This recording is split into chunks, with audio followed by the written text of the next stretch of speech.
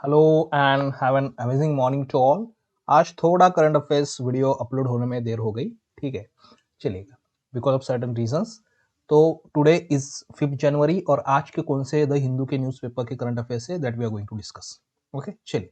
So first of all we should discuss that the commutation of death penalty of Indians in Qatar has been confirmed by the ministry of external affairs. तो ये topic पहले हम थोड़ा discuss कर चुके थे, लेकिन फिर से इसके बारे में confirmation ministry of external affairs का आ चुका है, तो we'll again discuss this particular topic. Okay, दूसरा हमारा न्यूज है that is regarding the Hatti community and their inclusion in the ST list.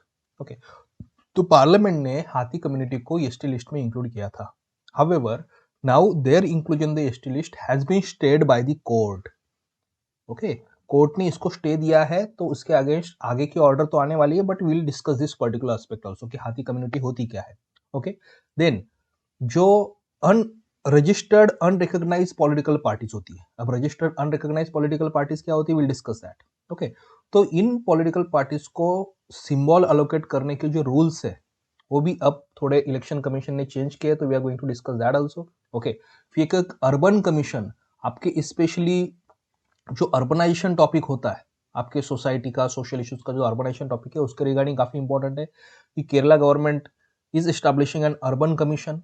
तो ये बाकी भी स्टेट्स में कैसे एस्टैब्लिश होनी चाहिए उसके regarding their is an article in editorial section. और लास्ट एक टॉपिक है दैट इज आदित्य येलवन। ओके, तो ये पर्टिकुलर टॉपिक एज सच मैं ज्यादा डिस्कस नहीं करूंगा, बिकॉज काफी बार हमने ये टॉपिक डिस्कस किया है हमारे करंट अफेयर्स में आदित्य येलवन मिशन के बारे में। ओके, सो इसलिए we'll not discuss much. Article मैंने वैसे रखा है वो हमारे नोट्स में, तो अगर आपको पढ़ना है तो वहां से आप पढ़ सकते हैं। ओके, चलिए। तो first news that we are going to discuss over here is the commutation of the Indians held in Qatar. Okay, तो ये टॉपिक अगर आप देखो तो हमारा जो 29 दिसंबर का करंट अफेयर्स था उसमें हमने कुछ इसको कवर किया था। I only had taken that current affairs class. Okay, तो न्यूज ये थी कि हमारे कुछ फॉर्मल इंडियन नेवी वेटरान्स जो है, ओके, अराउंड 8 ऑफ देम, 8 हमारे फॉर्मर इंडियन नेवी वेटरान्स है, दे वेर अरेस्टेड इन कतार। इनका अरेस्ट कब हुआ था? 30 अगस्त 2022। ओके, वहां उनको अरेस्ट किया गया था। 26 अक्टूबर 2023 जो है, इस पर्टिकुलर डेट को उनको डेथ सेंटेंस दी गई थी कतार के कोर्ट द्वारा। ओके, और उनपे क्या आरोप थे? स्पाइंग के आरोप थे। ओके, और एग्जैक्टली क्या एक्विजिशन है इसका डिटेल अभी तक ना ही कतार ने वैसे रिलीज किया है ना ही इंडिया ने इसको रिलीज किया है। काफी इसके डॉक्यूमेंट्स वगैरह है, काफी कॉन्फिडेंशियल रखा गया है। ओके, तो ताकि ये बायोलेटरल रिलेशन हमारे खराब ना हो, इसलिए हमारे मिनिस्टर ऑफ एक्सटर्नल अफेयर्स है उनके पास ही इसके बारे में डिटेल्स है। ओके, और ये किया गया था, ठीक है, तो इसलिए थोड़ा कॉन्फिडेंशियल रखा गया है, लेकिन ऐसा कहा जाता है कि they were spying on the behalf of Israel firm. Okay, and ऐसा उनपे आरोप है ऑफकोर्स, ठीक है। तो इस वजह से कतार ने जो है उनको डेथ सेंटेंस दिया है। तो ऑफकोर्स अब इसके खिलाफ इंडिया में काफी अप्रोर हुआ था कि कैसे डेथ सेंटेंस दे सकते हैं, they did not D anything like that. Okay, तो 20 दिसंबर 2023 अगेन कतार ने क्या किया, कतार के कोर्ट में अपील हुआ था और उसमें उनका सेंटेंस जो है दैट वाज कम्यूटेड। कम्यूटेड मतलब जो डेथ सेंटेंस उनकी कैंसिल की गई, conviction was there, death sentence was cancelled, बस उसको अब इम्प्रिजनमेंट में कन्वर्ट किया गया। So that was the news on 28 December, जो हमने 29 दिसंबर को कवर किया था कि उनकी डेथ सेंटेंस अब कम्यूट की गई है। ओके, अब ये सारी जो चीजें हैं ये कहीं ना कहीं न्यूज में थी, लेकिन उसको अब कंफर्म किया है मिनिस्ट्री ऑफ एक्सटर्नल अफेयर्स ने। Okay, they have said that they have received the documents corresponding to this particular case. Okay, or according to those documents, according to court verdict, yes, their death sentence has been commuted. Okay, और उनको अब prison sentence दी गई है। कितने terms की वो minister ने specify नहीं किया है। मिनिस्टर हैज ओनली सेड कि वेरिंग क्वांटम की, मतलब हर एक को अलग अलग जो है सजा यहाँ दी जाएगी, प्रिजन सेंटेंस उनको दिया जाएगा। ओके, और एक अच्छी बात है कि जो लीगल टीम है इंडिया की, उनको अब 60 डेज दिए गए अपील करने के लिए। ओके, तो उनको कॉन्सुलर एक्सेस भी मिलेगा, इंडियन जो कॉन्सुलेट है उनके थ्रू एक्सेस भी वहां उन कन्विक्ट्स को मिल सकता है। इंडियन कन्विक्ट्स को 60 days of appeal have also been given for them, तो अब आगे अपील भी इसका हो सकता है। So this is the news over here. Okay, तो इस कॉन्टेक्स्ट में हम थोड़ा ओवरव्यू लेते हैं इंडिया कतार रिलेशंस का। कतार कंट्री जो है ये उस वक्त भी मैंने थोड़ा कवर किया था, लेकिन फिर से आज कवर करता हूँ, क्यों? Because this is a important news. दो तीन एस्पेक्ट में इंपॉर्टेंट न्यूज है। एक तो ये जो प्रिजनर्स का या कन्विक्ट्स का जो इशू है, इस वजह से this will be again in news in future also, तो इसलिए हमारे लिए काफी इंपॉर्टेंट हो जाता है इंडिया कतार रिलेशंस। सेकंड, 1971 में, okay, Qatar got independence and India recognise Qatar, और 1973 में हमने कतार के साथ डिप्लोमेटिक रिलेशंस एस्टैब्लिश किए थे। तो अगर ईयर 2023 देखा जाए तो it is 50th year of India Qatar relations, diplomatic relations. तो उस कॉन्टेक्स्ट में also Qatar as a country becomes very important for us. Okay, तो कॉन्टेक्स्ट समझिएगा कि क्यों कोई चीज अगर हम डिस्कस करते हैं डिटेल में, तो एक तो इस केस के वजह से again this will be news again and again. Okay, और दूसरा जो है दैट इज कि 2023 was the year when it marked the 50th year of the diplomatic relations between India and कतार। ओके, तो कतार का अगर लोकेशन हम देखा जाए तो it is in Persian gulf over here, you can see कतार एज अ कंट्री। ओके, तो कतार गल्फ कोऑपरेशन काउंसिल जो है, ओके, इस गल्फ कोऑपरेशन काउंसिल का भी कतार यहाँ पे मेंबर है। Okay, so why Qatar is so important for us, let's try to understand. Okay, कि क्या ऐसा इंपॉर्टेंस है इंडिया कतार रिलेशंस का। तो first of all Qatar is a member of GCC, और GCC as a grouping is very important for us for different issues. Okay, second thing, India को अगर कल यूएनएससी की परमानेंट मेंबरशिप चाहिए तो of course support of Qatar and other GCC countries is very important as a grouping. Okay, third thing, it is largest supplier of LNG to the India, liquefied natural gas जो है इसका largest supplier कतार है India के लिए। Okay, fourth important aspect है कि हमारा काफी सारा एक्सपोर्ट जो है ये कतार का होता है, तो ये हमारे लिए इंपॉर्टेंट एक्सपोर्ट डेस्टिनेशन है। Okay, fine.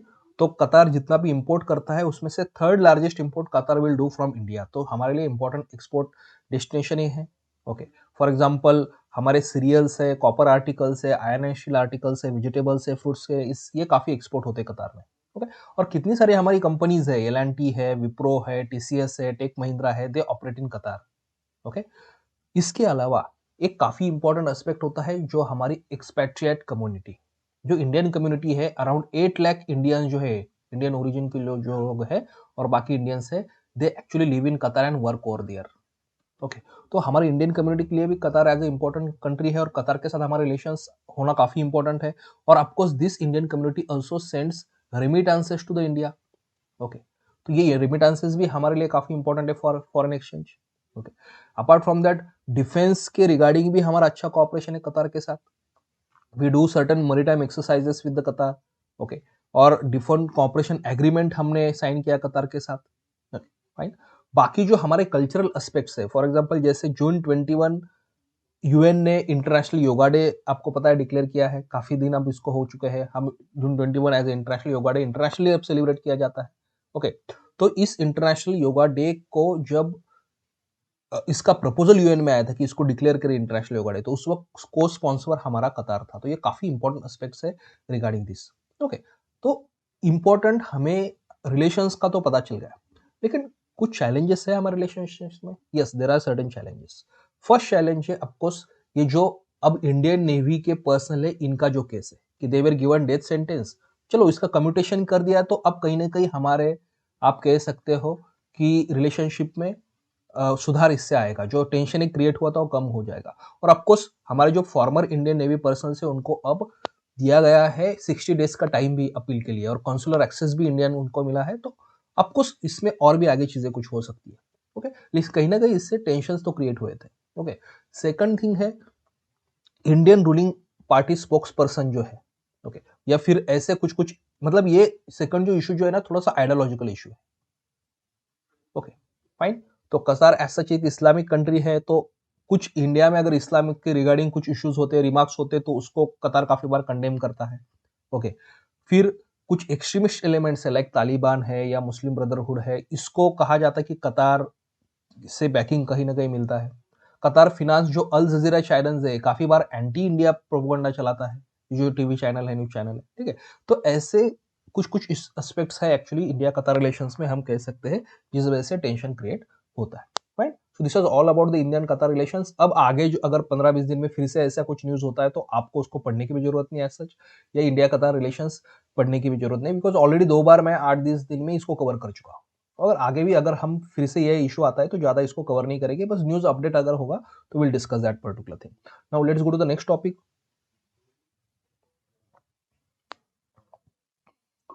Okay, so next topic that we are going to discuss over here is that Hattis on the ST list.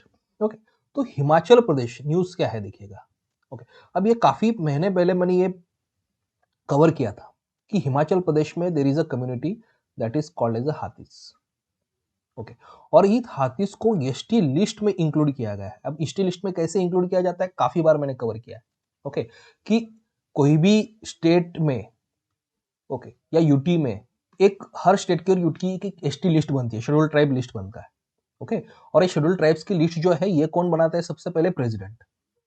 Okay, और फिर अगर उसके बाद किसी कम्युनिटी को इस लिस्ट से इंक्लूड करना है या इस लिस्ट से एक्सक्लूड करना है, लिस्ट में इंक्लूड करना है, एक्सक्लूड करना है, ओके, तो फिर वो काम जो है पार्लियामेंट करता है। शॉर्ट में बता रहा हूँ, ये मैंने पहले काफी बार डिटेल में बताया।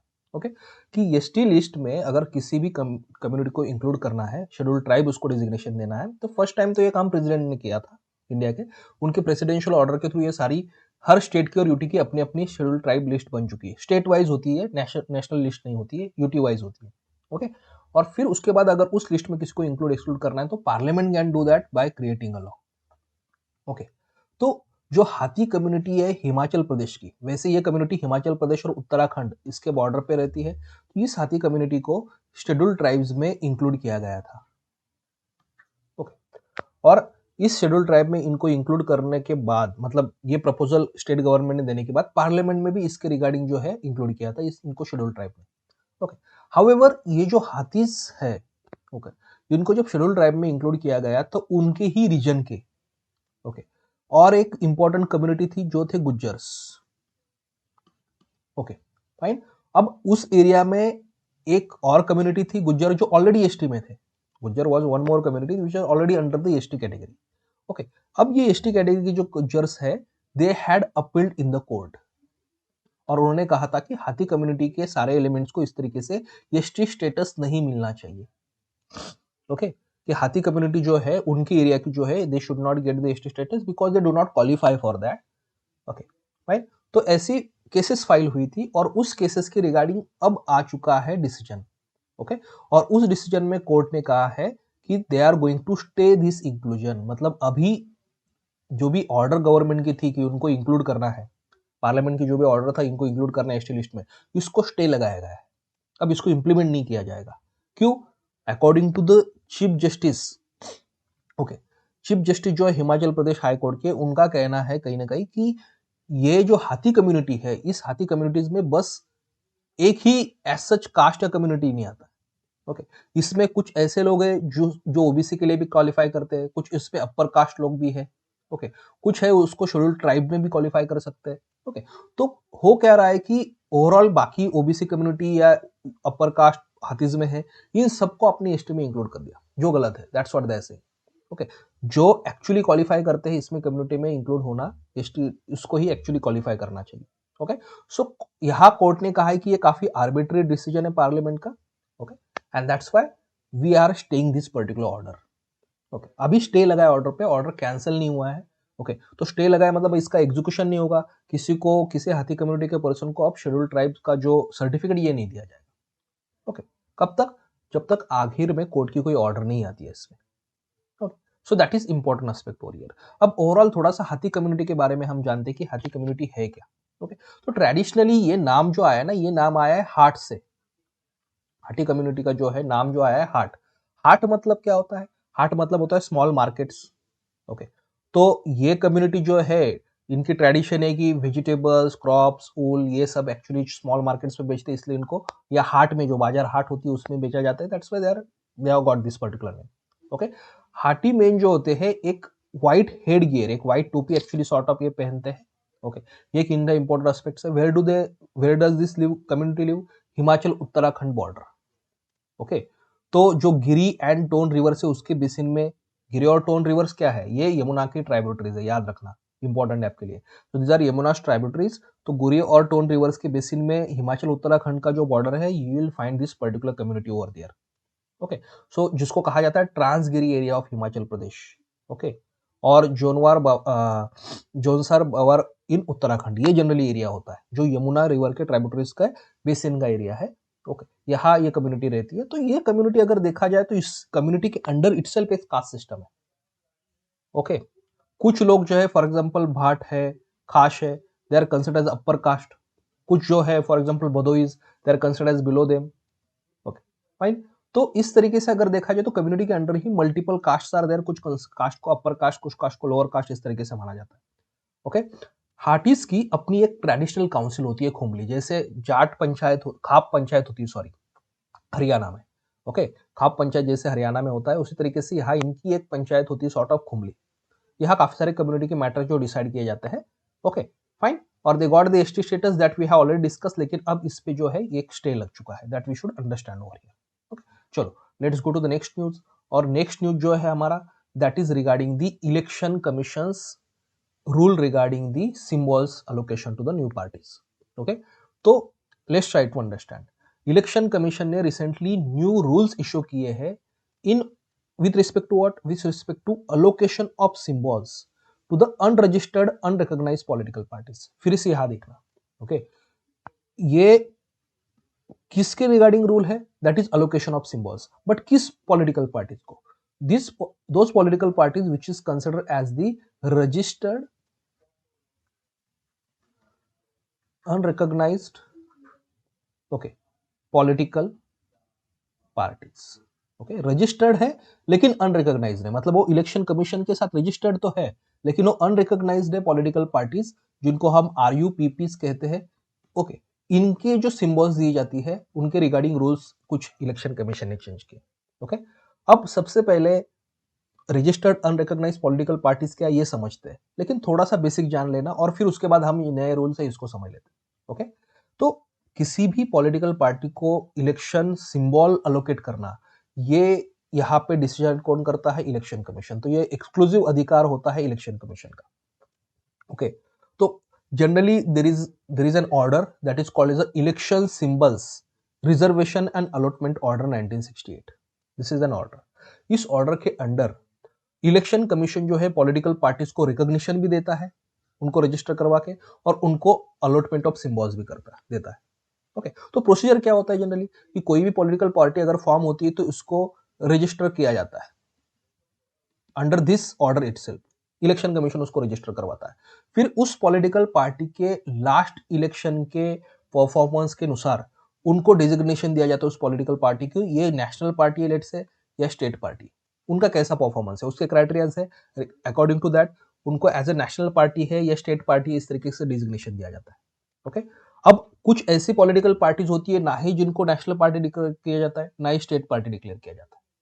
ओके, तो ऐसे पार्टीज को कहा जाता है, ओके, ऐसे पार्टीज को कहा जाता है registered unrecognised political parties. Okay, जो रजिस्टर्ड है लेकिन अनरिकॉग्नाइज्ड है, मतलब उसको ना ही अपने स्टेट पार्टी का रिकॉग्निशन दिया है ना ही नेशनल पार्टी का रिकॉग्निशन दिया। ओके, तो किस पार्टीज को रजिस्टर्ड अनरिकॉग्नाइज्ड पॉलिटिकल पार्टीज माना जाता है? ओके, ऐसी पार्टीज जो न्यूली रजिस्टर्ड है, okay, but they haven't got enough percentage of votes in last election to give them designation as state party or national party. okay, newly registered है, election भी fight किया last, okay, लेकिन उनको इतने votes नहीं मिले कि उनको स्टेट पार्टी कहा जाए या नेशनल पार्टी कहा जाए, तो इसको कहा जाता है रजिस्टर्ड अनरिकॉग्नाइज्ड पॉलिटिकल पार्टीज। या कुछ ऐसी पॉलिटिकल पार्टीज होती है जो रजिस्टर्ड है, ओके, लेकिन उन्होंने कभी इलेक्शन ही कंटेस्ट नहीं किया, they never contested election only, बस रजिस्टर कर दिया, इलेक्शन ही कंटेस्ट नहीं किया, तो उनको भी रजिस्टर्ड अनरिकॉग्नाइज्ड पॉलिटिकल पार्टीज कहा जाता है। तो please remember this is very important for your prelims point of view. Registered unrecognised political parties are those parties which are newly registered but they haven't secured enough votes to get either recognised as the national party और state party, और these are those parties who are registered but they never fought the election as such, तो इनको registered unrecognised political parties कहा जाता है। Okay, और अगर ये registered unrecognised political parties, okay, ये लिखित में देती है अगर इलेक्शन कमीशन को, if they take this undertaking कि स्टेट इलेक्शन में वो at least 5% of total seats fight करेगा, अगर कोई, ओके, तो उनको इलेक्शन कमीशन कुछ सिंबल जो है ये अलोकेट करता है। ओके, इलेक्शन कमीशन बेसिकली करता क्या है कि अगर कोई रजिस्टर्ड अनरिकॉग्नाइज्ड जो स्टेट पार्टीज होती है या सेंट्रल पार्टीज होती है, जो स्टेट पार्टी और नेशनल पार्टी होती है, उनको तो एक्सक्लूसिव इलेक्शन सिंबल दिया जाता है। ओके, कि जो नेशनल पार्टी है उसका सिंबल अपना ही होगा, दूसरा किसी को दिया जाएगा, स्टेट के लेवल पे भी उनको दिया जाता है। ओके, उनको तो एक्सक्लूसिव ऐसा ही दिया जाता है। ओके, लेकिन रजिस्टर्ड अनरिकॉग्नाइज्ड पॉलिटिकल पार्टीज को इलेक्शन कमीशन का एक रूल है कि 5% of the total seat they should promise कि जो भी असेंबली इलेक्शन होगा उसमें से कम 5% seats they are going to fight, then they are going to get a separate symbol like that. Okay, तो ये तो रूल है। अब नए क्या चेंजेस किए गए इसमें? नए ऐसे चेंजेस किए गए हैं कि इलेक्शन कमीशन ने मैंडेटरी किया है, अगर किसी आरयूपीपी को चाहिए ओके इलेक्शन सिंबल, तो they have now there are certain rules for that. What is that? कि it is mandatory for them to furnish audited accounts of at least 3 years of financial years. Last 3 financial years के उनके जो accounts होते हैं party के, ये audited accounts का information है, उनको सबमिट करना पड़ेगा लास्ट 3 years का। लास्ट 2 years का उनका जो एक्सपेंडिचर स्टेटमेंट है कि where they have done this expenditure, ये उनको सारा सबमिट करना पड़ेगा इलेक्शन कमीशन के पास। ओके, इसी के साथ साथ उनके ऑफिस बियरर की साइन का ओके एक एप्लीकेशन फॉर्म जो है सिंबल के लिए एप्लीकेशन फॉर्म है, उनको सबमिट करना पड़ेगा। ओके, तो ऐसे कुछ रूल्स नए ऐड किए गए कि लास्ट 3 years का आप ऑडिटेड अकाउंट स्टेटमेंट दो, लास्ट 2 years का एक्सपेंडिचर स्टेटमेंट देना, ठीक है, फिर एप्लीकेशन करना, बट एप्लीकेशन में आपके ऑथराइज पार्टी लीडर कोई होता है, ऑफिस बेरर होता है पार्टी का, उसका कहीं ना कहीं उसमें साइन होना चाहिए। ओके, तो ऐसे कुछ रूल्स जो है 2-3 यहाँ ऐड किए गए। तो ये सारे जो चीजें मैंने आपको बताई प्रीलिम्स के लिए काफी इंपॉर्टेंट है। कैसे इलेक्शन सिंबल अलोकेट होता है, कौन से ऑर्डर के अंडर अलोकेट होता है, रिसेंट चेंजेस क्या है, रजिस्टर्ड अनरिकॉग्नाइज्ड पॉलिटिकल पार्टीज क्या होती है। और एक चीज है, लेट से अगर कोई पॉलिटिकल पार्टी में डिस्प्यूट हो गया, जैसे आपने देखा होगा कि रिसेंटली महाराष्ट्र में शिवसेना में एक फैक्शन क्रिएट हुआ नया, या एनसीपी में भी नया फैक्शन क्रिएट हुआ था, या पहले अगर आप देखते हो तो जो सपा पार्टी है यूपी में, उसमें भी उस तरीके से हुआ था कुछ साल पहले। तो उस केस में किस फैक्शन को उस पॉलिटिकल पार्टी के उनका इलेक्शन सिंबल देना है, ओके फाइन, ये भी इलेक्शन कमीशन ही फाइनल इसके रिगार्डिंग डिसीजन लेता है, that we should understand over here. Okay, चलो let's go to the next news. Small news है लेकिन इंपॉर्टेंट है, इसमें बस कुछ मैं नाम आपको बताने वाला हूं, और नाम थोड़ा बस यहाँ पे याद रखिएगा।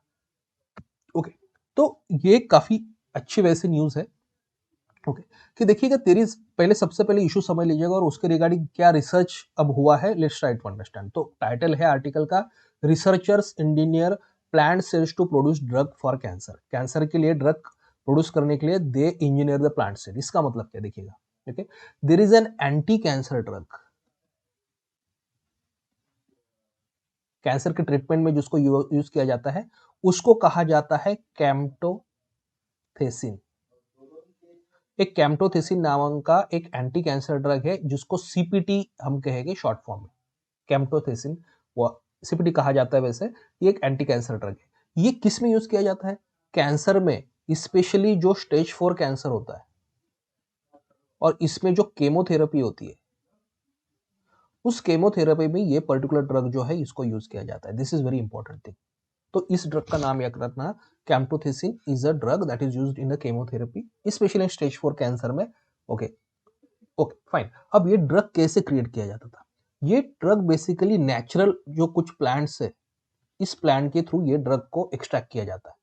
ओके, और उस प्लांट का नाम है, इस प्लांट का नाम मैं यहां लिखता हूं आपके लिए,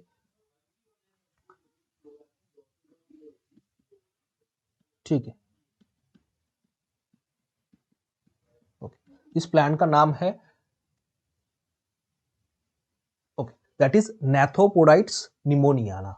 okay, Nothapodytes nimmoniana is the name of this particular plant. इस प्लांट से याद रखना कुछ एलिमेंट्स एक्सट्रैक्ट किए जाते हैं और फिर ये ड्रग क्रिएट किया जाता है। अब इसमें प्रॉब्लम ये है ओके कि अगर आपको 1 टन सीपीटी बनाना है ओके, तो you will need around we can say अगर 1000 tons of plant material. Okay, plant का 1000 टन्स मटेरियल आपको लाना पड़ेगा, तब 1 टन जाके सीपीटी बनता है। इसका मतलब you have to cut many such plants. ये जो प्लांट है काफी कट करनी पड़ेगी आपको, तब जाके 1 टन सीपीटी आप बनाते हैं। ओके, तो ये ऑलरेडी चल रहा है कि इस प्लांट को कट करके इस तरीके की सीपीटी बनाया जाता है, बट इस वजह से क्या होता है, इस प्लांट का पॉपुलेशन काफी डिक्लाइन हो चुका है एज सच।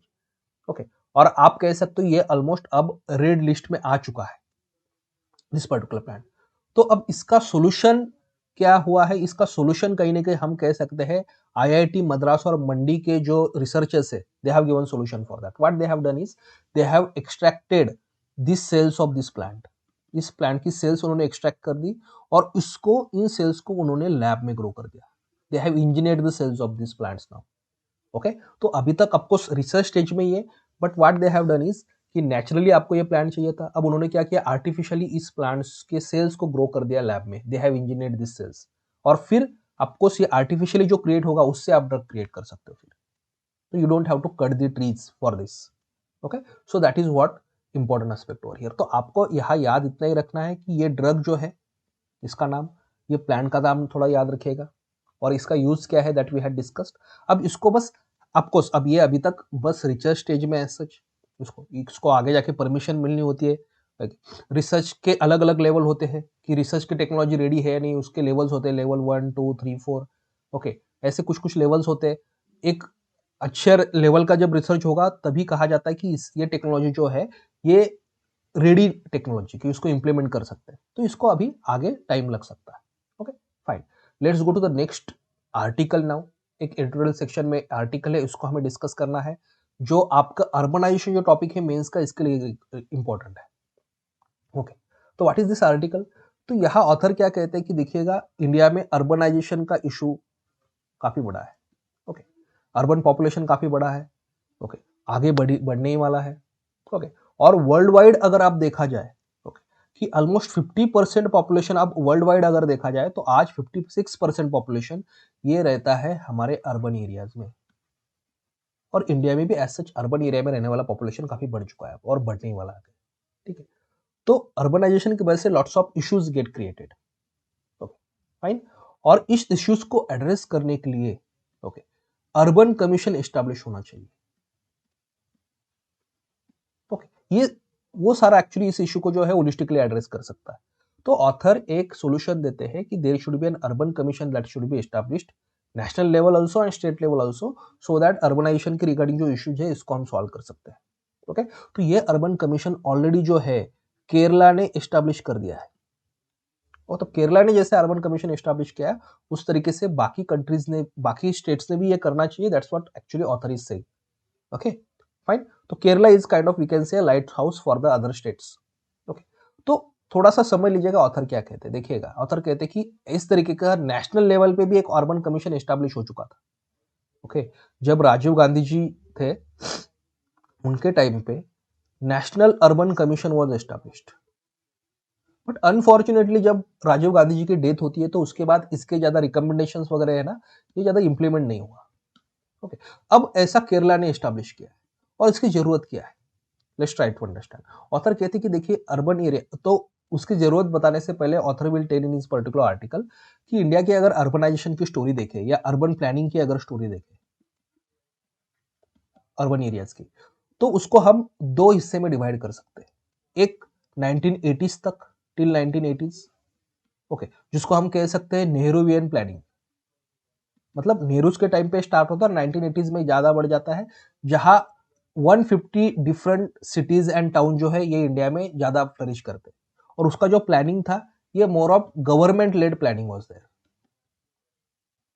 ये गवर्नमेंट लेड प्लानिंग था कि गवर्नमेंट जो है ओवरऑल इन सिटीज का वगैरह जो भी है प्लानिंग कर रहा था और उसको इंप्लीमेंट करने का ट्राई कर रहा था। ओके, और ये चलता है 1980s तक। ओके, हाउएवर ये इतना आप देखना जाए तो इतना सक्सेसफुल नहीं होता है। क्यों? क्योंकि इस प्लानिंग में मेन एस्पेक्ट ये था कि from village people are going to come to cities, okay, and will be coming to cities. Why? In order to work in manufacturing activity. जो मैन्युफैक्चरिंग कंपनीज है इसमें ज्यादा काम करने के लिए people from village are going to come to cities. लेकिन उनका कहना है कि देखो ऐसा होता नहीं है, people came from village to cities. Okay, but manufacturing India में इतना ज्यादा बढ़ा ही नहीं, मैन्युफैक्चरिंग कंपनी जो है इतनी ज्यादा इंडिया में बढ़ी नहीं। ओके, तो लोग आए विलेज से सिटीज में, लेकिन जिस बेस पे ये प्लानिंग किया गया था वो प्लानिंग फिर उतना ज्यादा चला नहीं, क्योंकि मैन्युफैक्चरिंग इंडिया में इतना बड़ा नहीं। जो सिटीज में मैन्युफैक्चरिंग भी हुआ वो काफी अनऑर्गेनाइज सेक्टर में हुआ, इससे ज्यादा सर्विस सेक्टर ग्रोथ हो गई। तो दैट्स वाई दिस प्लानिंग के वजह से जो सिटीज क्रिएट हुई वो इतनी अच्छे से प्लान नहीं हो पाए। फिर उसके बाद ऑथर कहते हैं कि ये फर्स्ट फेज थी, उसके बाद आती है एक फेज 1990s के बाद। ओके, जिसमें क्या होता है कि प्राइवेटाइजेशन ज्यादा आने लगता है, तो जनरली अर्बनाइजेशन के प्लानिंग का काम जो है प्राइवेट कंसल्टिंग फर्म्स को दिया जाता है कि they will do it professionally, they will actually plan our cities. Okay, rather than government doing it, private consulting firms will do this. Okay, अब private consulting firms did this, लेकिन इसमें भी issue क्या था देखिएगा, ये प्राइवेटाइजेशन के वजह से ओके, सिटीज को जनरली ट्रीट किया गया as a engines of growth, कि सिटीज की इंडस्ट्रियलाइजेशन कैसे हो, यही सारे मतलब इकोनॉमिक एस्पेक्ट ही देखे गए। सिटीज में जो सोशल एस्पेक्ट होते हैं, for example social housing, poor के लिए हाउसिंग क्रिएट करना, इस पे ध्यान नहीं दिया गया। ओके, तो इसका भी एक्चुअली अर्बनाइजेशन की वजह से क्या है, आगे हमारे लिए प्रॉब्लम क्रिएट होते हैं। That's what author says. Okay, और अर्बनाइजेशन के रिगार्डिंग हमने काफी सारे प्रोजेक्ट्स इंप्लीमेंट किया according to author. Amrut mission है, ओके, रूरबल मिशन है, ऐसे मल्टीपल मिशन है। बट उनका कहना है कि देखिए ये ऐसा करके फायदा नहीं, अर्बनाइजेशन को हमने होलिस्टिकली ट्रीट करना चाहिए, and for that we need an urban commission. ये अर्बन कमीशन सारे इश्यूज एक साथ देखेगा अर्बनाइजेशन के रिगार्डिंग इंडिया में। ओके, हेल्थ के हो गए, सैनिटेशन के हो गए, रोड प्लानिंग के हो गए, बाकी कोई भी होगा, और होलिस्टिकली इन इश्यूज को फिर एड्रेस करने का सोल्यूशन भी अर्बन कमीशन उस पर्टिकुलर स्टेट्स में दे सकता है। So that's why we should have an urban commission. Okay, तो इसको थोड़ा सा आप कहीं ना कहीं आपके आंसर में as a solution to urbanisation लिख सकते हो, और उसमें एग्जांपल दे सकते हो कि केरला ने इसको कैसे एस्टैब्लिश किया। ओके, लास्ट एक न्यूज है एक्स्ट्रा आपके लिए एज ए होमवर्क में रख रहा हूँ, या फिर आपने काफी बार ऑलरेडी पढ़ा होगा, तो इसलिए मैं इसको अभी ज्यादा इतना कवर नहीं करता, कि ISRO to perform the crucial manoeuvre tomorrow to bind Aditya L1 into L1 orbit. कि L1 ऑर्बिट जो है, ओके, इसमें हमारा जो आदित्य मिशन जो है, ओके, जो सन के रिगार्डिंग जो मिशन है वो L1 ऑर्बिट में एंटर कर सकता है। तो उसके रिगार्डिंग जो भी कुछ काम है ये इसरो करने वाला है, तो इसको आगे भी हम डिस्कस करेंगे जब एक्चुअली L1 ऑर्बिट में जाता है। Okay, fine. तो L1 ऑर्बिट मतलब क्या है, लैग्रेंजियन पॉइंट 1। ओके, इसको मैंने पहले भी काफी बार कवर किया है, ठीक है, हमारे बाकी करंट अफेयर्स क्लास में भी कवर हुआ था। तो इसको और आगे जब होगा ये, when it will actually enter there, तो फिर और उसकी बड़ी न्यूज होगी, तो उस वक्त फिर से चाहिए तो हम इसको कवर कर लेंगे, आज इतना इसको कवर करने की जरूरत नहीं है। ओके, चलिएगा। So with this will and this particular class. Thank you.